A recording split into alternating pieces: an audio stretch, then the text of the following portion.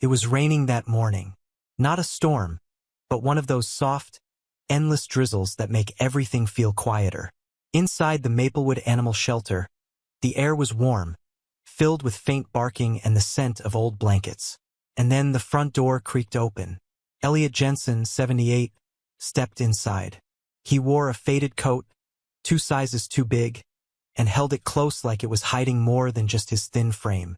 His shoes squeaked against the wet floor, but he didn't seem to care. His eyes moved slowly, not searching, just remembering. The shelter worker, Nicole, looked up from her desk. "Can I help you, sir?" Elliot didn't answer right away. He reached into his coat pocket and took out a wrinkled photo. "I used to walk dogs," he said, voice rough like gravel. "Not anymore, but I thought, maybe today."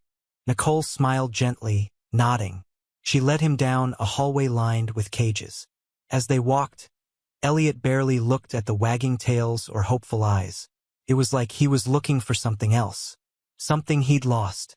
They reached the end of the hall. In the last cage, lying quietly on her side, was a German shepherd. Big, black and tan, with tired eyes that didn't lift when they approached. "That's Kaya," Nicole said. "She doesn't get up for many people." Elliot didn't say a word. He kneeled, slowly, painfully, and reached his hand through the bars. Kaya opened her eyes. For a moment, they just stared at each other. Then she pushed herself up, limped over, and pressed her head gently into his hand. Elliot's shoulders started shaking. Nicole moved forward, thinking he was crying. But then Elliot fell forward, collapsing against the bars of the cage. "Sir," she shouted, rushing to his side. His eyes were open, but he wasn't in pain. "I remember," he whispered. "She smells like—" His voice cracked. Nicole couldn't understand what he meant. But in his hand, still shaking, he clutched the photo. And on it, a young Elliot, a smiling woman, and a German shepherd that looked just like Kaya. That's when Nicole realized this wasn't just a visit. It was something else. Something deeper. Take a second. Let us know what corner of the world you're from. Your comment connects hearts across oceans. If this story stirred something in you, like and subscribe, so this ripple of hope can reach even further. Elliot Jensen hadn't set foot in an animal shelter in over 40 years. Not since the war. Not since he lost everything that made life feel worth living. Back in 1975, Elliot was a young man with dreams as big as the Montana sky. He'd married his high school sweetheart, Lorraine, a nurse with a laugh that could light up the darkest room. They lived in a modest house near Flathead Lake and adopted a German shepherd pup they named Sasha. Sasha wasn't just a dog. She was family. She was Elliot's shadow during the long months Lorraine worked night shifts. She was Lorraine's guardian when Elliot was away on military assignments. And when Lorraine became pregnant with their first child, Sasha was the one who lay curled beside her belly, as if protecting the baby before it was even born. But life isn't always kind. In 1980, when Elliot was deployed overseas, he received a call no one ever wants. There had been an accident. Lorraine's car had been struck by a truck during a snowstorm. She didn't make it. Their son, just 2 years old, survived but was left in critical condition. Sasha had run for help. Witnesses said she stood in the middle of the road barking for 20 minutes until someone stopped. By the time Elliot returned, Sasha was older, slower, and their son, Daniel, was alive but distant. He didn't speak much, and Elliot, lost in grief and guilt, didn't know how to reach him. The house felt cold, despite the fire that always burned in the hearth. Sasha died 3 winters later. Elliot buried her under the apple tree Lorraine once loved. It was the last time he let himself feel anything that deep. He raised Daniel the best he could. But Elliot never healed. And neither did Daniel. They drifted apart like 2 boats in fog. By the time Daniel moved to Toronto and started his own family, they barely spoke. Years passed. Elliot grew old alone. He filled his days with quiet things. Morning coffee, crossword puzzles, long walks. But he never got another dog. The pain of losing Sasha, and everything she represented, was too great. He often dreamed of her, though. In those dreams, Sasha would run across snowy fields, her ears flopping, tail wagging. Sometimes Lorraine would be there too, smiling, waiting at the door. And Elliot would wake up, heart aching, arms empty. Then last week, he'd found that old photo in a box he'd nearly thrown out. The one of him, Lorraine, Sasha, and baby Daniel. He stared at it for hours, tracing their faces with his finger. Something shifted inside him. A voice whispered, "Go see the dogs, Elliot." So he did. And now, here he was on the shelter floor, holding the paw of a German shepherd who looked so much like Sasha, it made his knees go weak. Nicole helped him sit against the wall, handed him a cup of water. "You okay, sir?" "I'm okay," Elliot whispered. His hands still trembled.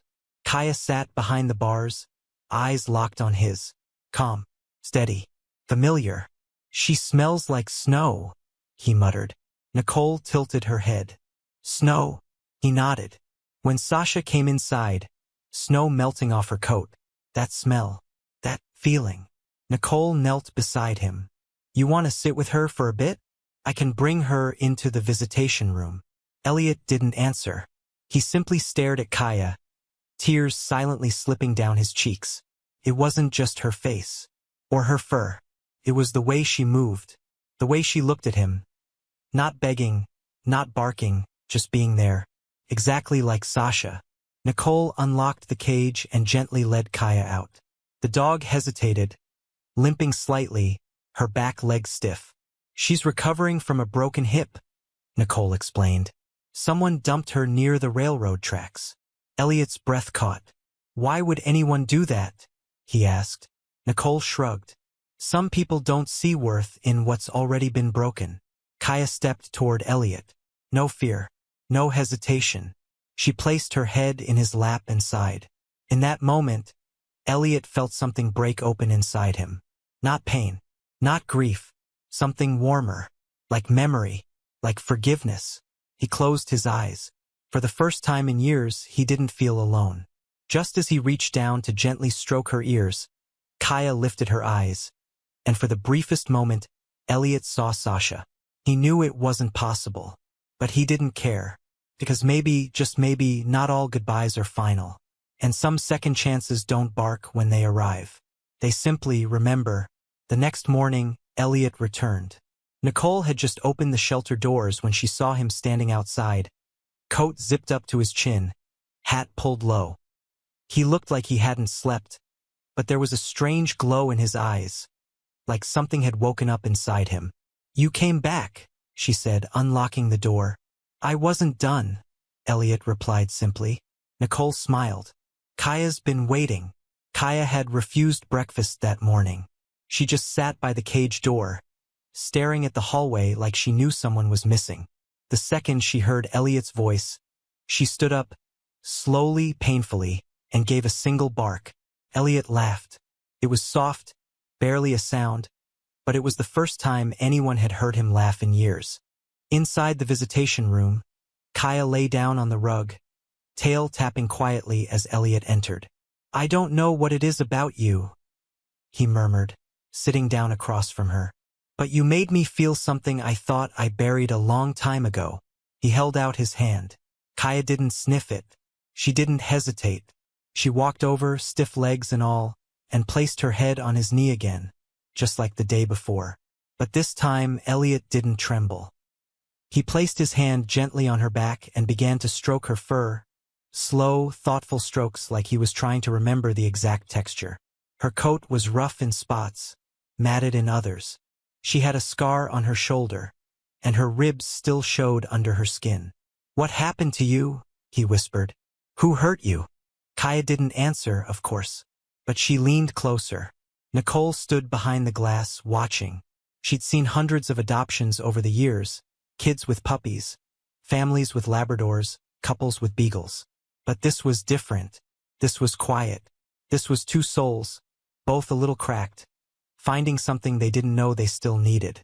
Elliot reached into his coat again and took out the old photo. He showed it to Kaya. "This was Sasha," he said. "You remind me of her. She saved my boy's life once."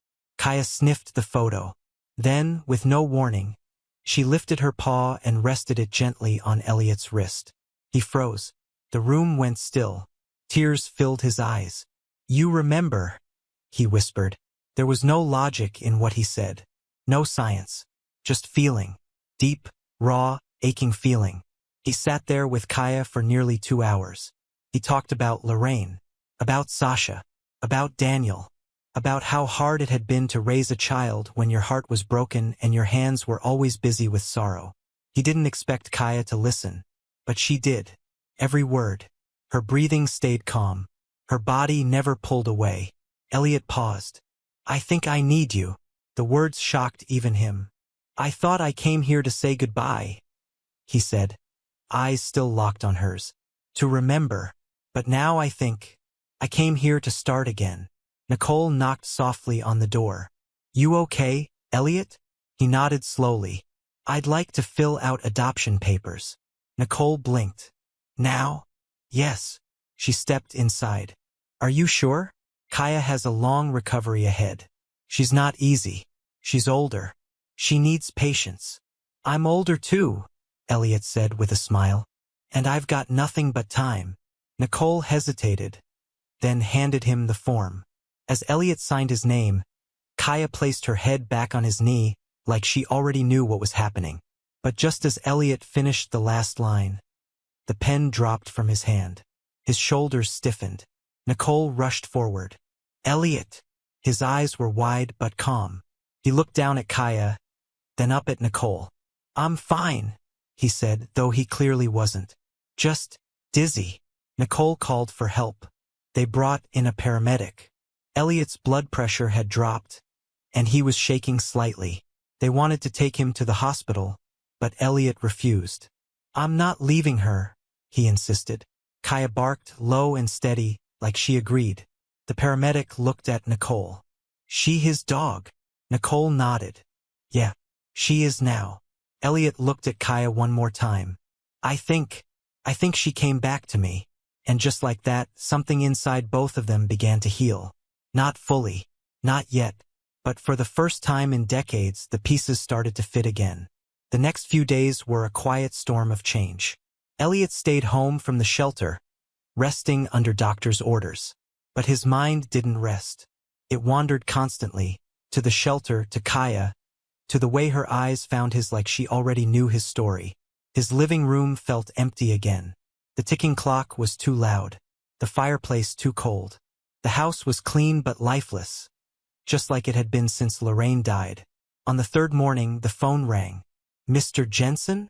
It was Nicole. "Yes. I have some news. We did a scan on Kaya's microchip. There's something you need to hear." Elliot sat up straighter. "She has a chip?" "Yes, but it's not just that. Her original name, it wasn't Kaya." "What was it?" Elliot asked, heart thumping in his chest. "Her name was Sasha." Silence. Nicole continued, "I know it sounds impossible, but her file shows she was born 9 years ago to a breeder in Calgary, adopted by a woman named Celeste, who passed away. Then the dog was rehomed twice and somehow ended up abandoned." "Sasha?" Elliot repeated. His hands trembled as he reached into his coat again and took out the photo, creased now, soft at the corners. The original Sasha had been gone for decades. This couldn't be her. But that name, the timing, the look in the dog's eyes. He knew better than to believe in coincidences. Later that evening, Nicole brought Sasha, no longer Kaya, home. Elliot stood on the porch as the car pulled up. The sky had turned orange with the setting sun, and the air smelled like pine. His heart pounded harder with every step she took toward him. Nicole opened the door. Sasha limped out. She paused for a second, looked around. Then her eyes found Elliot, and she ran. Not fast, her leg was still healing but determined. Her tail wagged wildly as she leaped onto the porch and buried her face into Elliot's coat. Elliot fell to his knees. "Sasha!" he breathed, voice cracking. He held her tightly, tears rolling down his cheeks. His hands pressed against her fur, searching for proof, for signs. But there was no logic here, just feeling. "You came back to me," he whispered. Sasha barked once. Soft, familiar. That night, Elliot lit the fireplace for the first time in years. He placed the old photo on the mantel, right beside Sasha's new bed. He made dinner 2 plates of chicken and rice. One for him, one for her. As they sat on the rug, Elliot began to speak. He told her everything. Things he hadn't said out loud in decades. How Daniel stopped talking after Lorraine passed. How I didn't know how to be a father. How I blamed myself for living when she didn't. Sasha lay still, head on her paws, eyes locked on his. I pushed people away, Elliot said. I thought I was protecting them, but I was really just afraid. He reached out and stroked her ear. I never stopped loving you. Flashbacks ran through his mind. Lorraine laughing in the snow. Sasha running through the yard. Baby Daniel holding her tail as he took his first steps. So many memories. So much silence since. I don't know what brought you back, Elliot said softly, but I won't waste this chance. He looked into Sasha's eyes. I won't run this time. For the first time in years, the house felt full. Later that night, Elliot sat on the couch. Sasha curled beside him, snoring gently. The fire cracked. Outside, snow began to fall. He picked up the phone and dialed. Hello? A man answered. Daniel, Elliot said. It's me. There was a pause. Dad. I just wanted to say I'm sorry, Elliot whispered. For everything. Another pause. Then, I've been waiting a long time to hear that. I got a dog, Elliot said, voice trembling. A dog. Her name's Sasha. Silence. Dad. Mom's Sasha. No, Elliot said. But, in a way, yes. Daniel didn't understand. Not fully. But somehow he knew this was the start of something. I'd like to visit, Daniel said. Maybe bring the kids. Elliot closed his eyes. I'd love that. And beside him, Sasha gave a soft bark. As if she agreed. The next few weeks were filled with small, quiet struggles. Each one testing Elliot in ways he hadn't expected. Sasha's legs still hadn't healed fully. She had trouble climbing stairs and often limped after even short walks. Elliot had to lift her sometimes, slowly and carefully, whispering encouragement into her ear. His back ached from bending, but he never complained. Each morning he laid out 2 pain pills, one for himself, one for her. And every morning, they sat together on the porch steps, sipping coffee and watching the sun rise over the pine trees. While Elliot sipped, Sasha just sat, leaning her weight gently against his side like a tired soldier resting beside an old friend. But healing wasn't just physical. It was emotional. Some nights, Elliot woke in a cold sweat, his chest heavy with memories. Lorraine's voice echoing in his dreams. Daniel's distant eyes as a child. The sound of Sasha barking in the snow all those years ago. Now, when he woke shaking, Sasha would pad softly to his side and rest her head on his chest. Her heartbeat steadied his own. He began to write again, something he hadn't done since Lorraine's passing. Little letters, notes, sometimes just sentences scribbled on scraps of paper. Today she wagged her tail when I sang. She remembered the lake. I didn't feel lonely today. Nicole checked in often, dropping by with Sasha's medicine or just to say hello. One day, as she refilled Sasha's pain meds, she asked, "Why her, Elliot? Of all the dogs." Elliot looked down at Sasha, who was dozing beside his chair. "She didn't ask me to be anyone else," he said. "She just let me be broken." Nicole swallowed hard. "She's lucky. I think we both are. But not everything came easy." When Daniel visited with his children, Maya and Oliver, Sasha growled at first. Protective. Wary. Elliot tensed. "It's okay, girl," he said softly. "They're family." The kids stood frozen. Oliver, the younger one, took a cautious step forward. Sasha held still, eyes locked on his. Then, slowly, she lowered her head and let him touch her. A moment later, she licked his hand. Elliot wiped his eyes when he thought no one was looking. Daniel stayed the weekend. They didn't talk much about the past. But they didn't avoid it either. While the kids played in the yard, Elliot showed Daniel the old photo. The one with Lorraine, with baby Daniel, and Sasha. I thought I lost everything that day, Elliot said. Daniel looked out the window at Sasha curled beside the kids. Looks like something found you again. Elliot nodded. She brought you back, didn't she? Daniel didn't answer, but he didn't have to. That night, Elliot sat with Sasha on the porch again. You know, he said, rubbing her ear, I'm not angry anymore. Sasha rested her chin on his foot. I think I spent so many years locked in pain, I forgot how to feel anything else. He took a breath, the kind that comes from deep in the soul. You reminded me. That winter, Sasha's health declined again. Her hip worsened. Some days she struggled just to rise. Elliot carried her outside in his arms, wrapped in Lorraine's old quilt. Neighbors began to wave. Some brought treats. Others offered rides to the vet. Elliot always said no. We're fine, he'd say with a smile. She just needs love. But in truth, he knew their time together was a second chance borrowed from a fading sky. He cherished every second, every breath, every bark. One snowy morning, Elliot whispered to Sasha, You don't have to stay for me. She looked up at him, and for the first time he saw peace in her eyes. He held her close, kissed the top of her head, and said, Thank you for coming back. She closed her eyes, but didn't let go. Not yet, because love, when real, stays until the very last heartbeat. Spring came slow that year.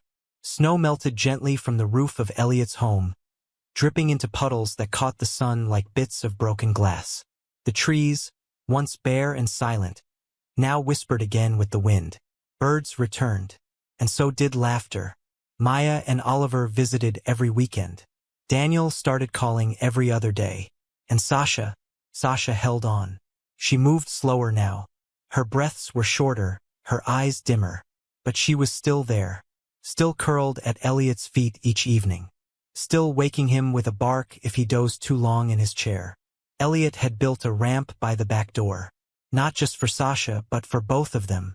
He knew his own legs were getting weaker, but where once he feared the fragility of aging, now he accepted it, grateful to walk alongside someone who understood. He kept writing. His notes became letters. His letters became a journal. Stories of Sasha, stories of Lorraine, of loss, of healing.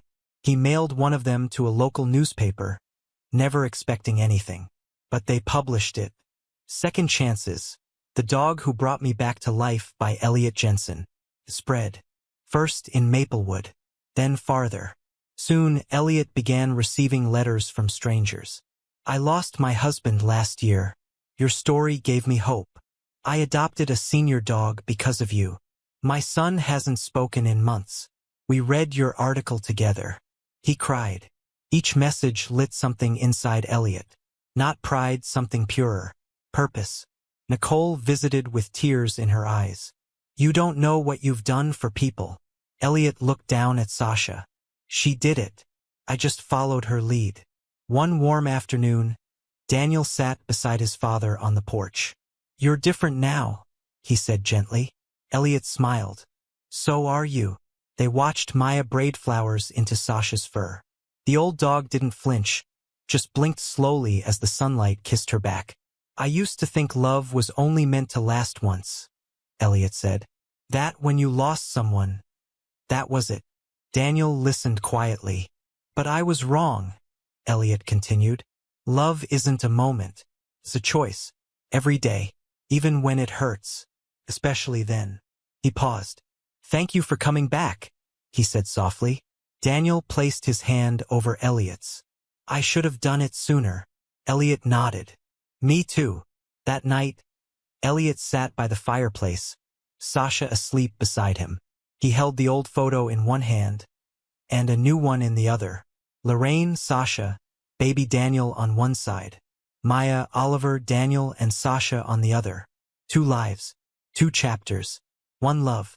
Elliot whispered, You gave me 2 endings, girl. And both were beautiful. As days passed, Sasha's strength faded. She no longer climbed the ramp. Elliot carried her everywhere, softly humming old songs Lorraine used to love. On her last day, they lay together in the garden under the apple tree. She's going soon, Nicole said gently, standing nearby. Elliot nodded, not looking away from Sasha's eyes. I know, he said, and it's okay. He leaned close and whispered, I'll find you again, somewhere. I believe that now. Sasha blinked once, and then she rested, peacefully. The next morning, Elliot buried her under the same tree as the first Sasha. He placed both photos inside the small wooden box beside her. A letter, too. You reminded me how to feel, how to forgive, how to start again. Weeks later, Elliot walked through the shelter again, not to adopt, just to sit, to hold space for those still waiting, to tell stories to the quiet ones. And on the wall now, near the front desk, hung a framed photo. Elliot and Sasha. Below it, a plaque read, Some souls return to remind us, healing begins with love. As Elliot stood there, one of the new shelter volunteers approached. You're him, right? The man from the story. Elliot smiled. Just a man who got a second chance. She nodded. You gave us all one. Outside, the sun began to rise. Warm, gentle, hopeful. And Elliot walked home slowly, hands in his coat, heart finally whole. Some stories don't need loud endings. They just need to be remembered. Elliot and Sasha taught us something the world often forgets. No soul is ever too broken, too old, or too far gone to be loved again. Maybe you've been through something. Maybe you've lost someone. Or maybe you've just stopped believing in second chances. But somewhere out there, there's a life waiting to connect with yours. In a quiet shelter, behind a rusty gate, beneath a scarred coat and tired eyes, a heart still beats, ready to love you more than anything else in the world. Because dogs don't care how old you are. They don't care about your past. They only care about your heart. So if this story touched you, if it made you feel something real, don't let it end here. Visit your local shelter. Share a moment. Share a story. Share a chance. Maybe you won't find the exact face you're looking for, but what if they're looking for you? What if healing isn't found in forgetting, but in remembering what love really means? If you've ever rescued an animal or been rescued by one, drop a comment below and tell us your story. We read every single one. And if you're watching this from the US, Canada, or anywhere around the world, type your country in the comments. Let's show just how far kindness can travel. If the story made you smile, cry, or think of someone you miss, hit that like button. And if you believe in second chances for people, for animals, for hearts that still ache, share this story with someone you love. Most of all, if you truly felt this moment deep in your soul, write the words, "Love German Shepherd Dog" in the comments. Because that's what this story was really about. Love that returns even when we think it's lost. And don't forget, subscribe to our channel for more stories that heal, inspire, and remind you that love never forgets.